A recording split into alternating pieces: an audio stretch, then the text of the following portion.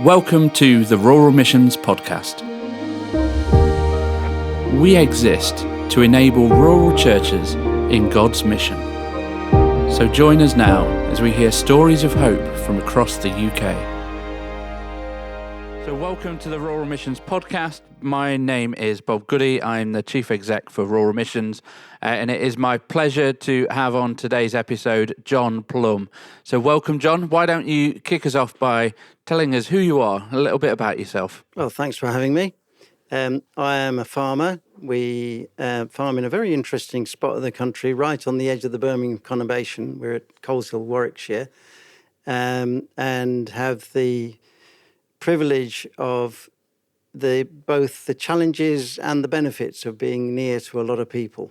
So we can offer green space as well as effectively farming this particular spot.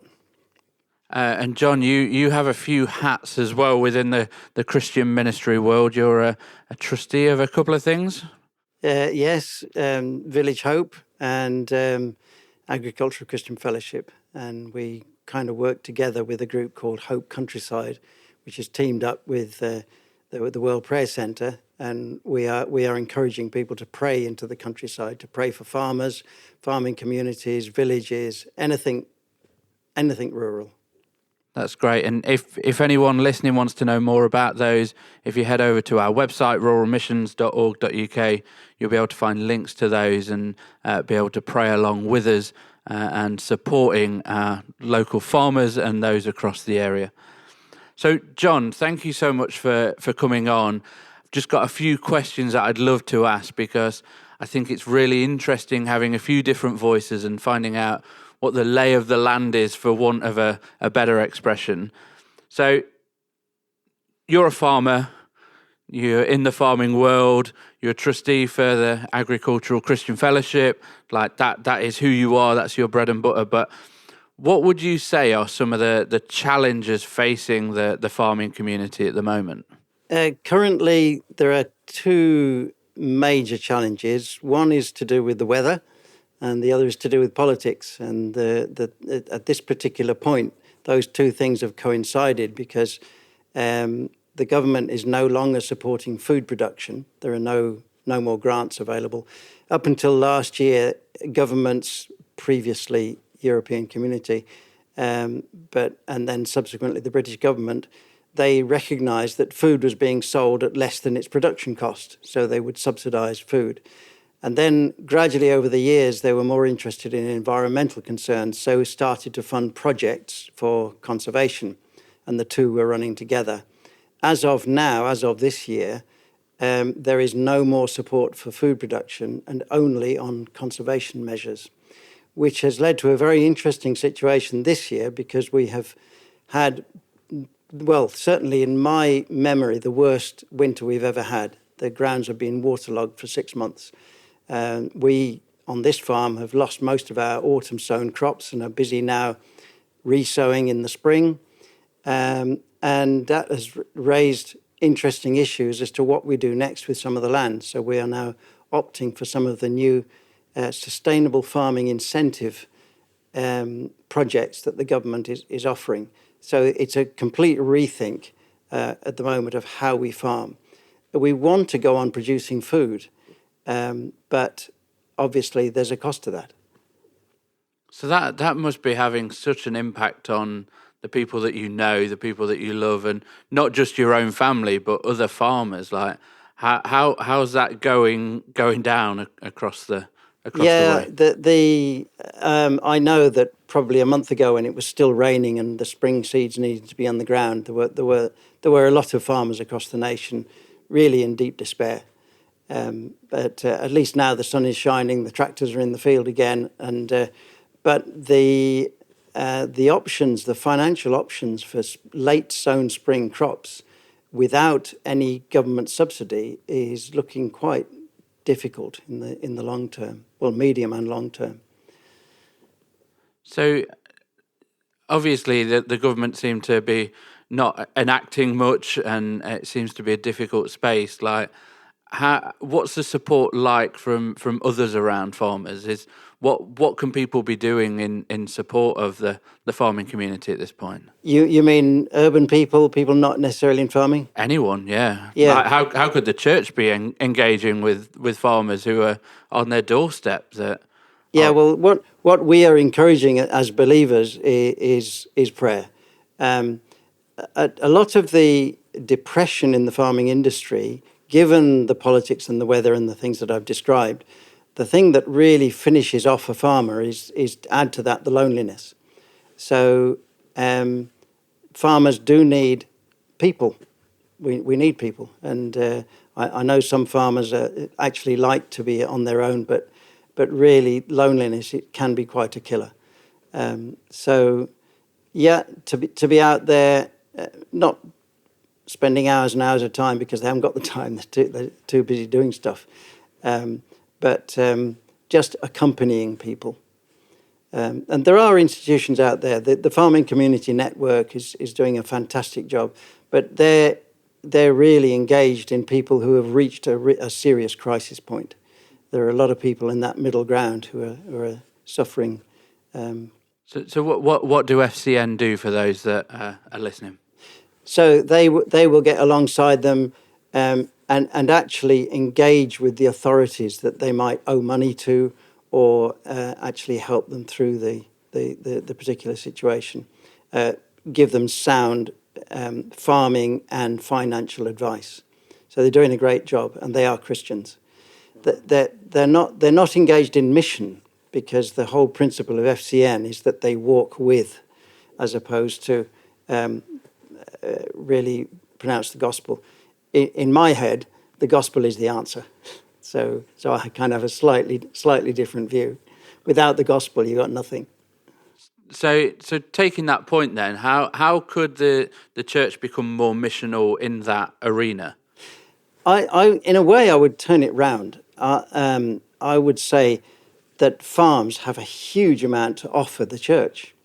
The great thing that farms have is, as really community hubs, we have green space, and people need green space. And we have seen how this farm has been used by a lot of people, both formally by invitation and various events that we do, but also just being here, just walking, just coming and being around. And there is a kind of a mutual support. I've learned to enjoy the folks that come and go, walk their dogs across the land, obviously on a lead, not letting them loose around the sheep, if we get that occasionally. But most of the people, most of the time, are helpful, friendly, and there is a real community feel. These days, if a gate's open or a sheep or a cow got out, usually it's a mobile phone call. John, hey, is that gate supposed to be open, or is that sheep supposed to be there? And very often they'll stay and help me sort things out. So there is a real community feel to that. So in a way, I turn that round and say farms have an awful lot to offer the church in terms of being missional. Mm-hmm. So obviously faith plays a huge part in how you operate your farm, how you do life, and rightly so. As Christians, faith should be the central part of who we are. And so, John, I know a little bit about what you do here, and you open up your farm to visits, and you hold nativities and services here. Could you tell us a bit more about how you use your farm to engage?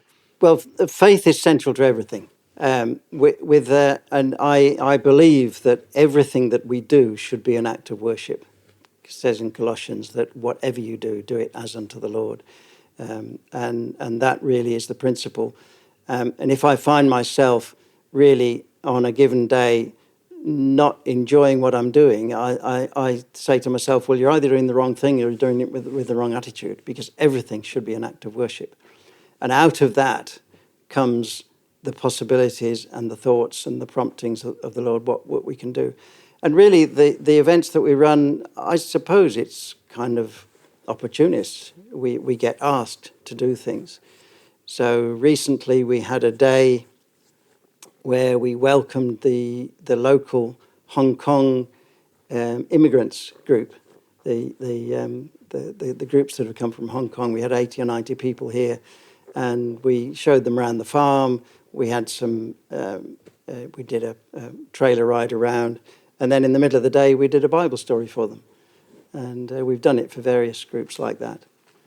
Wow, that's Lots such a of, great way to be able to yeah. engage and use what you've got here, Yeah. but actually your centralness of faith to be able to share.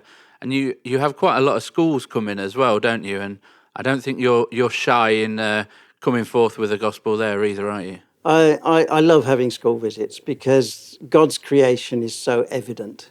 We do a lot of school visits. We do a lot with special needs and mainstream schools in the area, and the opportunities are huge. Just we might be studying livestock, crops, or perhaps habitats, and there's that moment of joy where you pick up some creature that was some mini beast that we found, and then tell its life story and just say, God made that. Wow. It's just amazing.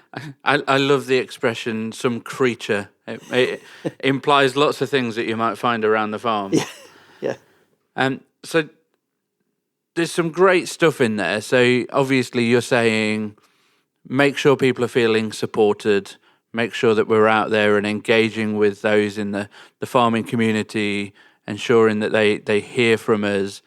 And prayer is obviously quite a central piece. Is there anything else that the church should be doing in order to be able to help, support, and to share Jesus? I think that the church generally, to be church, you need to get outside of that building.